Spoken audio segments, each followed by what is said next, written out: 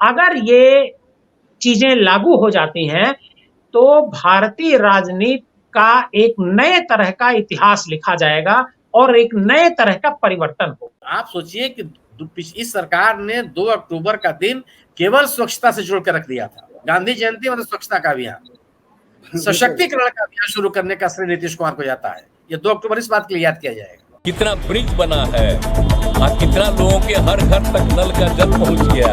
जरा पूरे बिहार का देखिए ना, कहाँ कहाँ कितना सड़क बना है, बिजली का कितना प्रबंध हो गया है। एक एक चीज देखे हैं जो बिहार में किया गया है। एक गरीब राज्य था और हम लोगों ने मेहनत करके सब कुछ कराया है। तो सब लोग देखिए, कोई बिहार के बारे में अंड फंड बोलता है, हम लोग आजकल साथ हैं न कुछ बोलता, कोई मतलब है? सारा काम नहीं हो रहा है। बिहार से जुड़ा हुआ मामला है और नीतीश कुमार के बारे में ये भी कहा जा रहा है कि नीतीश कुमार चूंकि 2020 के चुनाव में थोड़े राजनीतिक रूप से कमजोर दिखाई दिए, उनकी सीटें घट गई थी, तो वो एक तरीका ढूंढ रहे थे कि कैसे उनकी लोकप्रियता में एक नया आयाम जुड़े।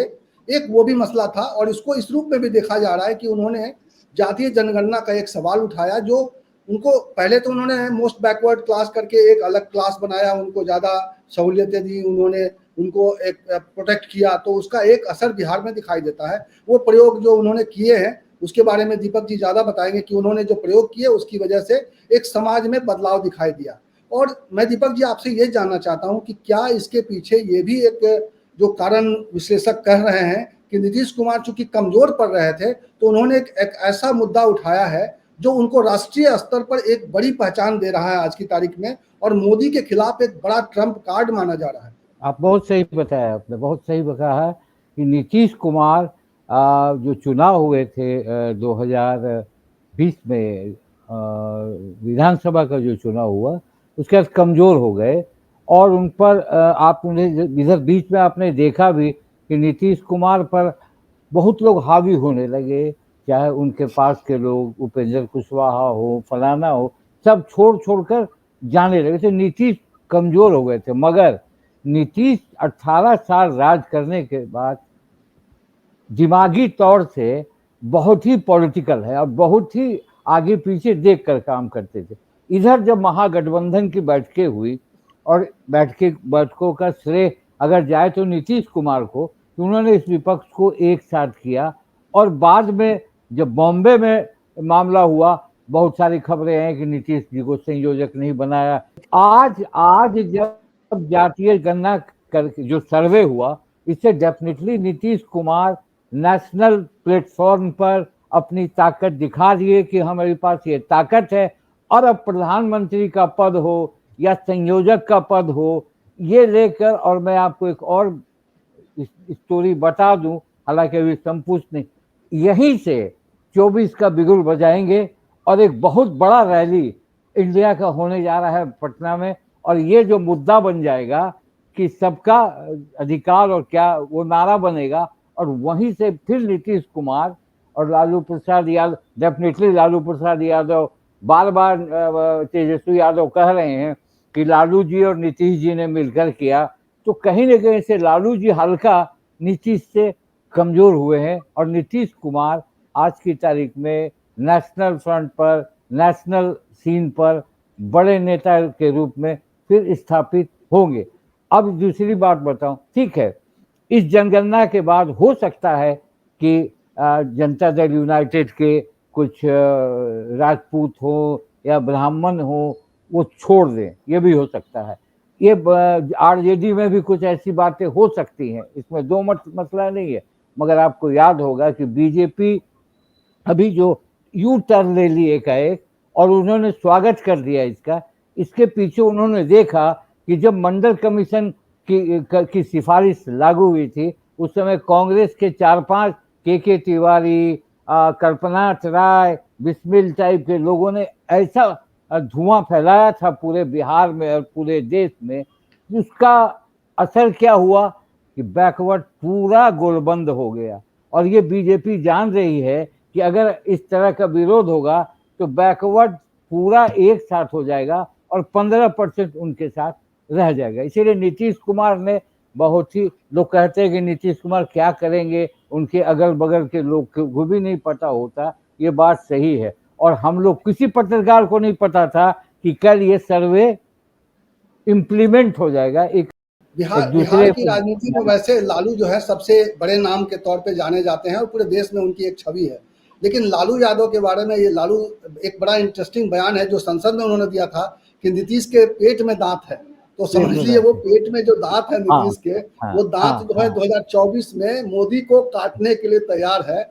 और ये बड़ा दिलचस्प है कि ये एक ऐसे समय में ये आंकड़ा आया है, ये जो कि इसके कई राजनीतिक पहलू हैं।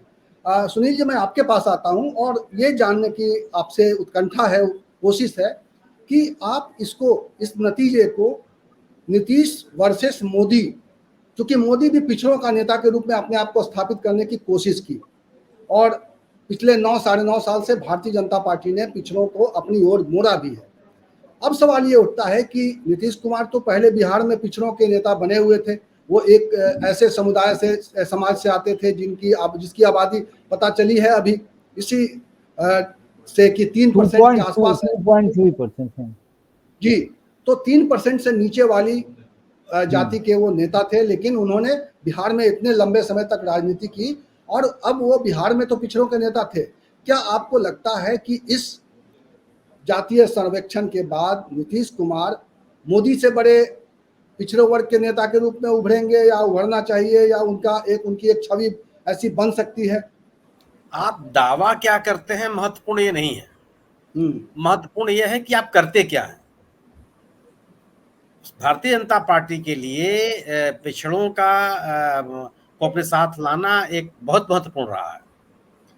भारतीय जनता पार्टी लगातार, प्रधानमंत्री जी भी लगातार अपने आप को पिछड़ा बताते रहे हैं। हालांकि उन्होंने पिछड़ा अपने आप को घोषित किया था जब मुख्यमंत्री बने। उसके पहले मुख्यमंत्री बनने के पहले वो इनकी जो जिस जाति से आते हैं वो पिछड़ों में नहीं शामिल थी, उन्हीं के कार्यकाल में इनकी जाति पिछड़ों में शामिल की गई। तो कहते हैं कि हम पिछड़े हैं। मेरी स्मृतियों में पहली बार केंद्रीय मंत्रिमंडल का विस्तार हुआ और मंत्रिमंडल में शामिल होने वाले मंत्रियों की जाति बताई गई कि ये पिछड़े हैं। अभी लोकसभा में गृह मंत्री जी ने कहा कि हमारे इतने पिछड़े मंत्री हैं, हमारे इतने पिछड़े सांसद हैं, हमारे इतने पिछड़े विधायक हैं। गोया कि भारतीय जनता पार्टी को भी विधायकों इन पिछड़े ओबीसी जातियों की चिंता है। और आप इसीलिए आप ध्यान दीजिए कि आप उत्तर प्रदेश को देखिए ना, उत्तर प्रदेश में संगठनात्मक रूप से भारतीय जनता पार्टी ने पिछड़े नेताओं को आगे रखा। आज प्रदेश अध्यक्ष स्वतंत्र देव सिंह, अरे भूपेंद्र सिंह, उस चौधरी उपेंद्र सिंह, उसके पहले स्वतंत्र देव सिंह, उसके पहले केशव मौर्य, अब कोई रमापति राम त्रिपाठी, केसरी नाथ त्रिपाठी और लालजी टंडन और ये जो तमाम नेताओं के नाम आते थे, कोई सुन रहा है क्या? कल्याण सिंह जी के बाद जो पिछड़ों की राजनीति शुरू हुई वो आगे चलती चली गई, लेकिन दिया क्या आपने? अब आप उमा भारती के बयान को याद कीजिए कि जब आपको पिछड़ों को कुछ देने का मौका आया तो आप पीछे हट गए। गोया कि अगर आप अपने आक्रामक रूप से पिछड़ों की राजनीति करेंगे तो आपका जो हिंदुत्व का एजेंडा है वो पीछे चला जाएगा, वो खारिज हो जाएगा। और उसके खारिज होने पर जो आप एक पॉलिटिकल पोलराइजेशन की कोशिश कर रहे हैं वो कमजोर होगा। ये स्थितियां क्यों पैदा? मैं तो कह रहा हूं कि ये जाति गणना और तमाम तरह के मुद्दों को उठाने के लिए भारतीय जनता पार्टी जिम्मेदार है। अगर भारतीय जनता पार्टी गवर्नेंस के नाम पर, नीतियों के नाम पर, कार्यक्रमों के नाम पर, योजनाओं के नाम पर राजनीति कर रही होती तो विपक्षी दल इस बात के लिए थोड़े मजबूर होते। अब एक बड़ी रेखा खींच दिया उन्होंने। निश्चित रूप से पिछड़ों के इसमें कोई राय नहीं है। मैं उस चुनाव में मुझे याद है जब लालू यादव को हरा करके नीतीश कुमार सत्ता में आए थे, मैं बिहार में घूम रहा था और बिहार में लालू जी के अपनी कंस्टिट्यूंसी में हाजीपुर के पास यादव लड़के ये कहते हुए पाए गए, उनसे मैंने बात की कि साहब हम किस बात के लिए इनको सत्ता मिलावें? न तो हमारे पास शिक्षा है, न हमारे पास स्वास्थ्य है, न हमारे पास रोजगार के अवसर हैं, न हमारे पास इंफ्रास्ट्रक्चर का डेवलपमेंट हो रहा है, न कृषि का विकास हो रहा है, न आधारभूत संरचनाएं डेवलप हो रही हैं। किस बात के लिए? आप सत्ता में बने रहे इसलिए मैं आपके पीछे खड़े हूं। उनके लोग जो MY कमीशन की बात कही जाती थी सब छोड़ करके नीतीश कुमार के साथ चले गए। और इस जो एक राजनीतिक वातावरण नीतीश कुमार ने बनाया उसको पिछले विधानसभा चुनाव तक लोग तोड़ने में विफल रहे। निश्चित रूप से आरजेडी सबसे बड़ी सिंगल लार्जेस्ट पार्टी बनकर के आई, लेकिन एक लीडरशिप का जो नीतीश कुमार की छह बनी हुई थी वो बनी हुई है और आज ये बनी हुई है। एक विश्वसनीय नेता माने जाते हैं। उनके ऊपर यह कहा जाता है कि समाज का जो पिछड़ा व्यक्ति है उसको आगे लाने की कोशिश कर रहा है। आप कैसे आगे लाएंगे अगर आप उनको उनके लिए शिक्षा नहीं देंगे, उनको बेहतर नौकरी का अवसर नहीं देंगे, उनको आप योग्य बनाने का कोई प्रयास नहीं करेंगे, लेकिन योग्यता का अभियान चलाएंगे, ये तो नहीं चलने वाला है ना। आप बिल्कुल इस सवाल को उठाइए कि जाति से बड़ी योग्यता है, योग्यता के साथ कोई भी समाज समझौता नहीं कर सकता, लेकिन सवाल ये भी है ना कि योग्य बनाने के लिए आप कर क्या रहे हैं। आप ये दावा तो नहीं करते हैं कि पिछले 9 साल में हमने कितनी शिक्षण संस्थाएं खड़ी कर दी। आप दावा करते हैं कि हमने राम मंदिर बना दिया, आप दावा करते हैं कि हमने विश्वनाथ कॉरिडोर बना दिया, आप दावा करते हैं कि महाकाल कॉरिडोर हमने बना दिया। गवर्नेंस इस बात के लिए थोड़ी होती है। गवर्नेंस होती है लोगों के जीवन में एक व्यापक परिवर्तन लाने की, जो जरूरतमंद लोग हैं उनको जरूरत पहुंचाने की। अगर आप महिलाओं के आरक्षण की बात करते हैं तो आपको यह बात करनी पड़ेगी ना कि समाज के किस वर्ग की महिलाएं हैं जिनका प्रतिनिधित्व कम है। अगर आप इसका सवाल नहीं पैदा करते तो सवाल तो यह पैदा होगा ना कि आप कुछ नहीं करना चाहते हैं, केवल माहौल बनाना चाहते हैं, और आपने किया भी वही। तो नीतीश कुमार ने एक सुशासन के नाम पर, एक राजनीति के नाम पर अपने आप को भी स्थापित किया। हालांकि मतलब एक और उनका दर्जा है ऊंचा हुआ, लेकिन कांग्रेस उसके पहले से आगे है। अगर आप पिछड़ों की राजनीति की बात करें तो यूपीए सरकार ने अपने जमाने में यह जाति सर्वेक्षण कराया था जिसको पब्लिश नहीं कर पाई। यह जिम्मेदारी थी एनडीए सरकार की, वो पब्लिश करती, लेकिन वह उस सर्वेक्षण के ही खिलाफ सर्वोच्च न्यायालय में जाती रही जब लोग जाते रहे न्यायालय में कि साहब इसको रिलीज किया जाए। आप सोचिए कि इस सरकार ने 2 अक्टूबर का दिन केवल स्वच्छता से जोड़ कर रख दिया था। गांधी जयंती मतलब स्वच्छता का अभियान, सशक्तिकरण का अभियान शुरू करने का श्रेय नीतीश कुमार को जाता है। ये 2 अक्टूबर इस बात के लिए याद किया जाएगा। और आप जब भी सशक्तिकरण की बात करेंगे मुझे लगता है कि समाज उसके तरफ आकर्षित होगा।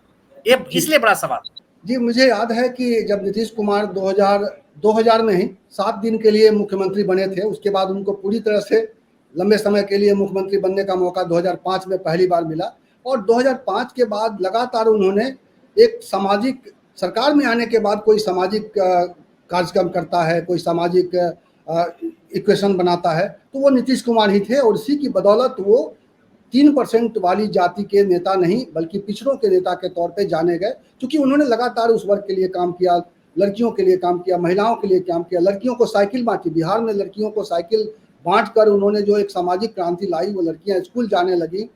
महिलाओं को जो उनके पति शराब पीकर पीटते थे, शराबबंदी करके उन्होंने एक सामाजिक काम करने वाले एक नेता के तौर पे सुशासन बाबू के नाम से जाने जाते थे, क्योंकि उन्होंने एडमिनिस्ट्रेटिव स्तर पर बहुत सारे वहाँ पे सुधार के काम किए। बहुत सारे उनके मतलब प्लस वाले काम हैं। हालांकि वो भारतीय जनता पार्टी के साथ चले गए तो इनको लेकर उनकी आलोचना भी हुई, क्योंकि उनकी मूल रूप से उनकी पृष्ठभूमि जो है, उनकी राजनीति रही है समाजवादियों के साथ। वो जॉर्ज फर्नांडिस की पार्टी के थे, लेफ्ट हैंड थे। अटल बिहारी वाजपेयी भी उनको बहुत पसंद करते थे, तो उनकी राजनीति एक अलग तरह की राजनीति रही है।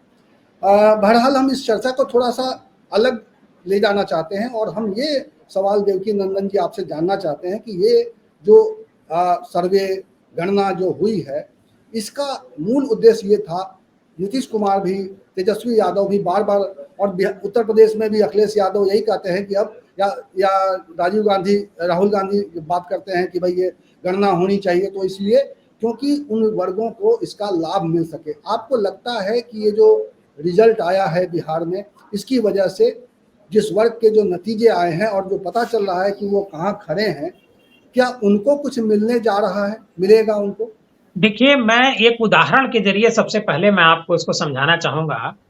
एक हमारे मित्र हैं, भारतीय जनता पार्टी के बड़े नेता हैं, वो अक्सर एक बात कहा करते हैं, कई बार वो एक कहानी बता चुके हैं कि जब मायावती उत्तर प्रदेश में पहली बार मुख्यमंत्री बनी थी और उनके जब प्रोग्राम लगते थे तो वो अक्सर इसको वाच करते थे कि मायावती कैसे इतनी बड़ी लीडर बन गई और लोगों में स्वीकार्यता कैसे बनी। एक जो कास्ट बेस्ड पॉलिटिक्स की बात हो रही उसी को लेकर के, तो वो ये बताते थे कि वो जब अपने गांव से निकलते थे तो रास्ते में एक मोची था जिसके यहाँ वो अपना जूता जरूर पॉलिश कराते थे। आज भी वो नेता हैं, आज भी वो उसी मोची के यहाँ गांव से जाते समय जूता पॉलिश कराते हैं। लेकिन जब मायावती मुख्यमंत्री बनी, उस समय मुख्यमंत्री थी और वो अपने गांव से आ रहे थे और वो जूता उन्होंने रोका जूता पॉलिश करने के लिए, और उसने एक चप्पल दिया, चप्पल पहना और जूता पॉलिश करने लगा। तो चूंकि नेता हैं, तो नेताओं की उत्कंठा होती है कि भाई हम जाने कि क्या कोई सामाजिक परिवर्तन इसमें दिख रहा है। तो उन्होंने उस मोची से सवाल किया कि भाई मायावती जी मुख्यमंत्री बन गई हैं, इससे आपके जीवन में क्या बदला, क्या आप इसको महसूस कर पा रहे हैं, क्या कुछ आपको इससे कोई फायदा हुआ? उसका जो जवाब था वो सुनेंगे आप, तब लगेगा कि इससे क्या होने वाला है आगे। उन्होंने जवाब दिया, जो मोची ने कहा कि देखिए हम लोग दबे कुचले लोग हैं, हमारा काम ये मोचीगिरी का ही है, इससे हम ऊपर नहीं जा पाएंगे। लेकिन आज हमारा जो स्वाभिमान है उसको मायावती ने एक मुकाम तक पहुंचाया है। जिस तरीके से जो फॉरवर्ड क्लास के लोग इन वर्गों को दबाते रहे हैं, उसको लेकर के उसका कहना था कि आज जब ब्राह्मण ठाकुर ये सारे लोग मायावती सोफे पर बैठती हैं और उनके सामने ये लोग नीचे बैठते हैं, तो हमारा सीना चौड़ा हो जाता है। क्यों? क्योंकि हम भी कभी इन लोगों के यहाँ नीचे बैठा करते थे। आज किसी की हिम्मत नहीं है कि हमको वो नीचे इस तरह से बैठा सके। तो ये पूरा मामला स्वाभिमान से जुड़ा हुआ है। मैं ये नहीं कहता हूं कि इससे कोई सामाजिक परिवर्तन आ जाएगा, पिछड़ों को न्याय मिल पाएगा, सारे पिछड़े जो है नौकरी में पा जाएंगे, क्योंकि नौकरियां हैं नहीं, 5-6% के आसपास नौकरियां हैं, कितनी नौकरी मिलेगी? ये जो आज 27% रिजर्वेशन जो है दलित को मिलता है, 51 से रिजर्वेशन मिल रहा है 1951 से, क्या सारे दलितों ने अपना जो हक है वो पाया? नहीं पाया। क्यों नहीं पाया? क्योंकि हक पाने का सिर्फ एक तरीका ये नहीं है कि उनको नौकरी मिल जाए। हक पाने का जो सबसे बड़ा तरीका है, मुझे ऐसा लगता है कि वो सामाजिक तौर पर उनकी मान्यता हो, उनकी स्वीकार्यता हो, ये उनके लिए सबसे बड़ी बात है।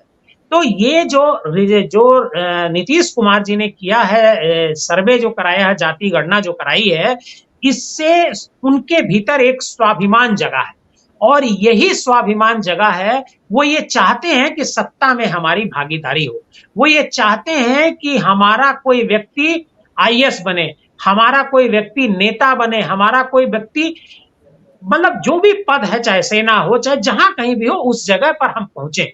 लेकिन इसके लिए चूंकि वो निचले हैं, दबे हैं, कुचले हैं, उनको रिजर्वेशन चाहिए।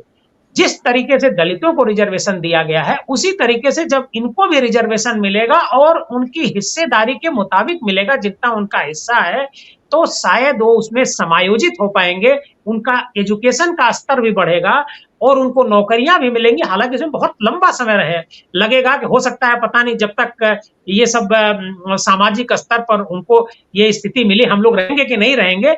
लेकिन एक इसकी शुरुआत है, मैं इसे सामाजिक आंदोलन के रूप में देखता हूं। और जितने भी बैकवर्ड क्लास के लोग हैं, आज उनसे बात करिए तो वो सारे लोग इस बात को कह रहे हैं, जो बात अभी भावेश जी आपने कही कि मायावती कांसीराम जी कहा करते थे, जिसकी जितनी भागीदारी उसकी उतनी हिस्सेदारी। तो वो हिस्सेदारी स्वाभिमान के रूप में सबसे बड़ा उनको तत्काल मिल जाएगा, और बाकी जो उनका स्तर सुधरने की बात है उसमें थोड़ा वक्त लगेगा। लेकिन अगर ये चीजें लागू हो जाती हैं तो भारतीय राजनीति का एक नए तरह का इतिहास लिखा जाएगा और एक नए तरह का परिवर्तन होगा।